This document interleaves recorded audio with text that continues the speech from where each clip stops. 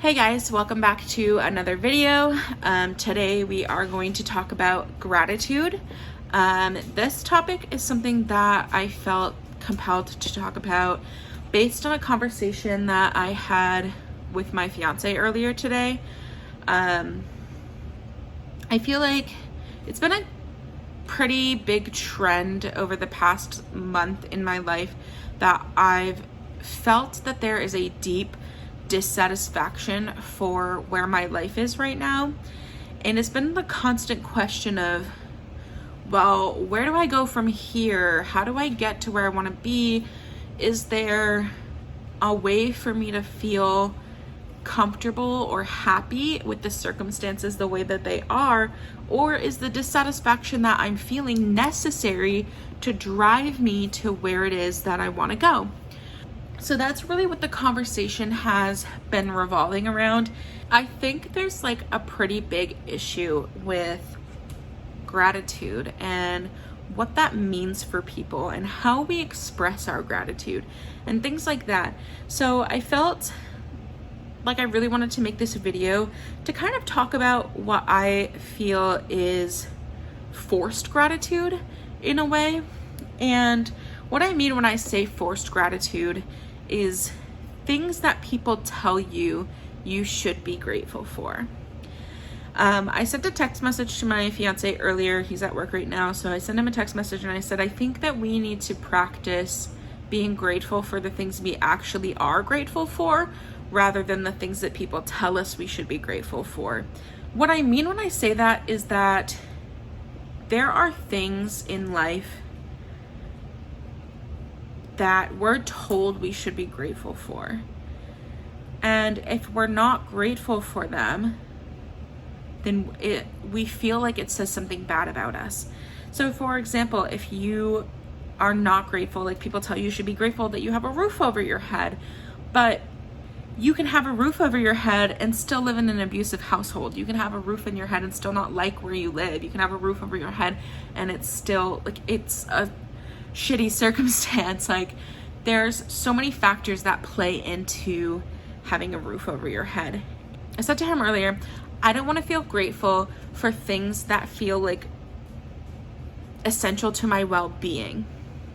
And what I mean by that is food, shelter, things like that, like clean drinking water. I understand, and trust me, I definitely understand that there are people in the world and even in the United States alone that do not have access to those things. There's people that don't have shelter. There's people that don't have clean drinking water.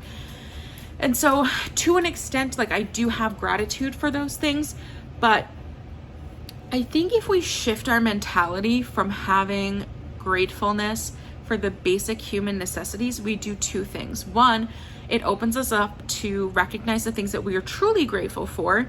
And two, it kind of plants the idea in our minds that these things are basic human rights. Like nobody should have to fight for food in their stomach. Nobody should have to fight for shelter. Nobody should have to fight for clean drinking water. These are necessary to stay alive, you know? So I think having that mental shift between like the forced gratitude and what we're actually grateful for can have a positive impact in the long run on how we treat these social issues. Now, when it comes to things that we're actually grateful for, this is going to vary so much person to person. I don't think that there's anything that's right or wrong when it comes to things that you're grateful for. So when you're writing down like your gratitude list, if you're putting things on there like I'm grateful for my apartment, and you're not really grateful for your apartment because maybe your apartment has cockroaches in it or something like that, and you're writing down on your gratitude list that you're grateful for your apartment, and if you're writing down in your gratitude list that you're grateful that you have food in your stomach or that you're able to afford food even though the food that you're eating is not good for you or the food you're eating is not food that you like or things like that, you're kind of putting this negative connotation on your gratitude list. And so if you're putting things that you're actually grateful for on your gratitude list, they might not feel as good to you because you're putting things on there you feel like you should be grateful for. So what are some of the things that we can put on a gratitude list that that feel good to put on a gratitude list. I am very dissatisfied with my apartment. My apartment's very messy. I'm working on organizing it and cleaning it, but at this time it's very messy and it's very expensive. So I'm not gonna write my apartment on my gratitude list because that's just gonna, make me upset, because I'm gonna think I'm grateful for my apartment, and then in the back of my head I know I'm not really grateful for my apartment. So for me personally, some of the things that came to mind when I was thinking of, okay, what am I actually grateful for? Well, the first thing that came to mind was, because I was sitting at my desk and I had just finished my homework, I'm grateful. I'm gonna unplug it, I'm gonna show you. Just bump the camera. I'm grateful that I have this iPad. Yeah, it's an expensive iPad. It's really expensive, but I'm grateful that I have it. It's allowed me to do my schoolwork without any issues. It allows me to edit videos much easier. I'm able to do art stuff that I wasn't able to do. I've done a lot of writing with this iPad, and I just feel grateful for it. I love it, and I'm glad that I have it. And the same thing with the Apple Pencil that I have now. I feel grateful that I have that because it allows me to edit easier, to make cuts easier, like finer cuts on videos, and it allows me to do more art stuff that I wasn't able to do. It allows me to write stuff, like I'm taking a note in a notebook, and it's just a great tool. And as far as like accessibility and stuff goes, because I'm visually impaired, so I have an iPhone because iPhones have better accessibility features than other phones do. And the same thing goes with the iPad. The iPad has way better accessibility features than, let's say, my old laptop does. So that's something that I'm grateful for, and I'm truly grateful for that. And it feels good to say that I'm grateful for this.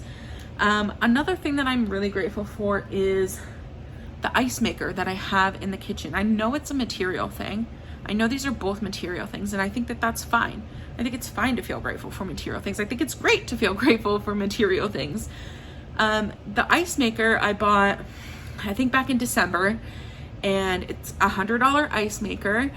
And yeah, I could make ice by filling up 99-cent ice cube trays and putting them in the freezer and then having ice that way, but I don't have to do that. I just have to make sure that thing has water and it makes ice all day long. And it makes good ice, the little like bullet ice cubes. And I like it, and I'm so grateful for it because I have ice whenever I need it, and I like ice. I'm grateful for my fiance. I'm grateful for my animals. I'm grateful for the opportunities that I have for growth in my life. I'm grateful for things like that. You do not have to be grateful or feel grateful for people that you're not really grateful for. If there are people in your life that you're not grateful for, don't put them on your gratitude list. Don't write it down. There are people in my life that in the past I haven't been grateful for, but now I'm much more grateful for. And I think that's kind of like borders on the lines of like taking things for granted and stuff like that. I have 5 siblings, and I'm grateful to have every single one of them. And I'm grateful that they are healthy and they're doing well in their life as well as they can be doing. And that's something that I'm really grateful for. I'm grateful for the health of my parents. I'm grateful that I have my parents, both of my parents, and I'm very grateful that they are in decent health at this time. And I'm like really grateful for the health of my extended family, my cousins, my aunts and uncles. Like, I'm so grateful that I have these people in my life and that they are doing well. My grandma is my last living grandparent, so I am really grateful that she's a part of my life, and I'm grateful that I get to have conversations with her. So back to the subject of gratitude. How many times have I said grateful in this video? Back to the subject of gratitude. If you don't have a good relationship with your siblings, if you have a terrible relationship with your siblings, if you have a terrible relationship with your parents, you don't have to put them down on your gratitude list just because they're alive and they're living, you know? You don't have to. You do not have to feel grateful for anything you're not grateful for. And that's important because, like, really, and I mean this, do not let anyone tell you what you should be grateful for. You can take ideas from people. You can take ideas from this video. If you're like, oh, I never thought about being grateful for my iPad before. Now I know I'm grateful for my iPad. That's great. I really think I'm gonna work harder on writing down gratitude lists for things that I am truly grateful for, and making sure that I am being clear and accurate and concise about what it is that I'm truly grateful for. And I'm not gonna put anything trivial on the list. I'm not gonna put anything that I don't personally feel is necessary on the list. I'm not gonna say that I'm grateful for having clean running water when I feel like having clean water, running water is a basic human right. I'm not gonna say that I feel grateful that I'm able to afford food when that should be a no-brainer. It should be a necessity. So anyway, long story short, try to write down another gratitude list. Try to write down the things that you truly, truly feel grateful for. I'm gonna try to do that for a while, and I'm gonna see what it does for me. I'm gonna see if it puts me in a better mindset for where my life is right now. Like I said in the beginning, I've been feeling this deep dissatisfaction for where my life is at right now, and I want to know if channeling what it is that I'm truly grateful for in my life does the things that I hope it's going to do, which is make me feel happier and more comfortable in the way that my life is right now, but also kind of, you know, show the areas of my life that aren't going as well, that I don't feel satisfied with, and give me a perspective on how I can change those things in my life, if I can change those things in my life. Or if not, if I can't change those things in my life, what can I do to, you know, bring them up to standards, essentially? How can I change my mindset or something like that to feel more comfortable and confident in those areas of my life? I'm actually really excited to try this for a little while and see what it does for me. I know that I do have a lot to be grateful for, and I know that just sometimes it's hard to figure out. But thank you so much for tuning into this video. I really enjoyed this topic. I really enjoyed talking about this. I feel really passionate about it, and I know it's been a while since I've posted a video. It's been a really challenging month or so. This month I got COVID a couple weeks ago, so that was really fun. Just been struggling through it, so hopefully more videos will come out soon. I'm going on vacation in 5 days. We're going to Bermuda. I'm really excited, so I will try to take some clips or stuff while we're in Bermuda, but I don't know that I'll have my phone on me very often. Anyway, that's it for today's video. Thank you so much for watching. If you have any opinions, any thoughts, opinions, comments, anything like that, leave them in the comment section below. I'd be happy to answer any questions that you have, or just engage in some conversation. Again, thank you so much for tuning in, and I will see you next time. Bye.